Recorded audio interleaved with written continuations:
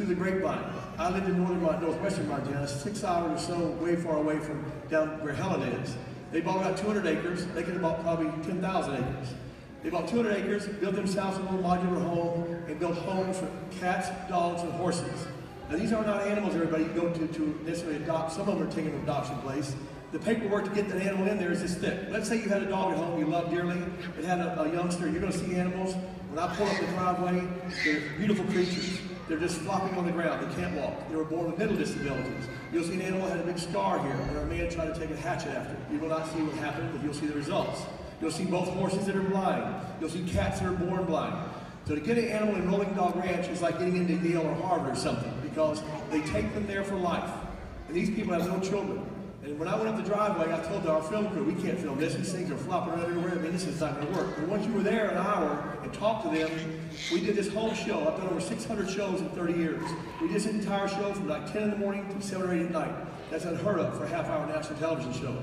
So I picked out about 6.5, 7 minutes of this clip to show you, when you talk about people that love animals and dedicate their lives to it, this man again was a former man that was at Boeing, and he was the dearest guy and his wife I've ever met. So let's roll this video, and then I'm going to bring the cheat out. Roll it, please. We're outside of Hanna, Montana, population 70, visiting an extraordinary animal sanctuary called Rolling Dog Ranch. Steve Smith and Elaine Marker only take in animals that are severely disabled. Some do get adopted out, but for many of them, this is their home for life. The most vulnerable animals in our society are really the disabled. And so many people just think that they can't have a good quality of life, you know, that they're going to be sad, they're going to be miserable, they're not going to be happy. And the fact is they can have a wonderful quality of life if they just get a chance.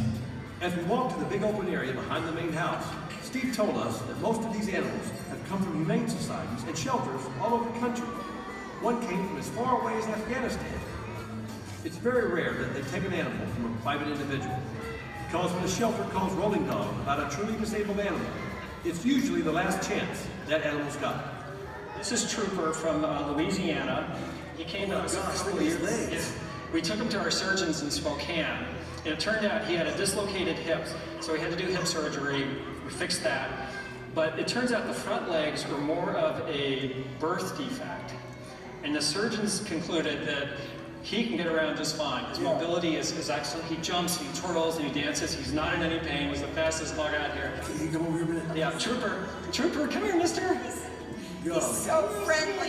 While it's true that many of these animals were born this way or developed diseases that gradually disabled them, there are some who are here at Rolling Dog for more disturbing reasons. Yeah, this is a sad story. You can see the scar across her face. She was actually slashed with an axe or a hatchet or camping something. To her credit, despite that kind of horrific abuse, he absolutely adores people. That's what you can tell.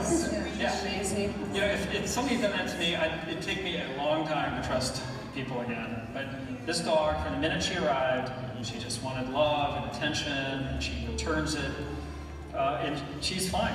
This is the point that I can't believe, is these animals are so affectionate, and you would think that they would absolutely hate man for what man has done to them, but not at all. This was absolutely incredible. As we continue our tour of Rolling Dog, we're reminded that the ranch is home to more than just dogs. So this is our cat house, despite the fact that it's named for a dog. So these cats get to come in and out of the house? Yeah, they have an outdoor enclosure there, and both of these cats are blind. And can you see how he just jumped over there? So how would this cat know how to jump through the window?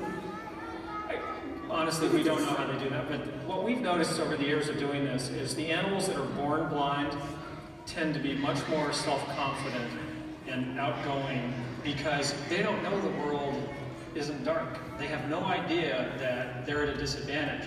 Oh, Sue. Look at that. Oh, Sue. I think I'm the rubbing post for Herbie. He is just a delight. I'll tell you what, I've never had a boyfriend give me so much attention. Very funny. Hi, Herbie. Behind, but we were anxious to move on to our next stop. After all, what's a ranch without horses?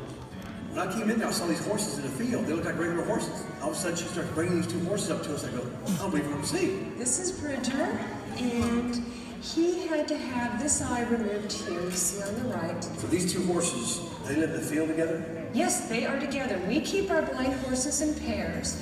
Here at the Rolling Dog Ranch, you truly have the blind leading the blind in this case.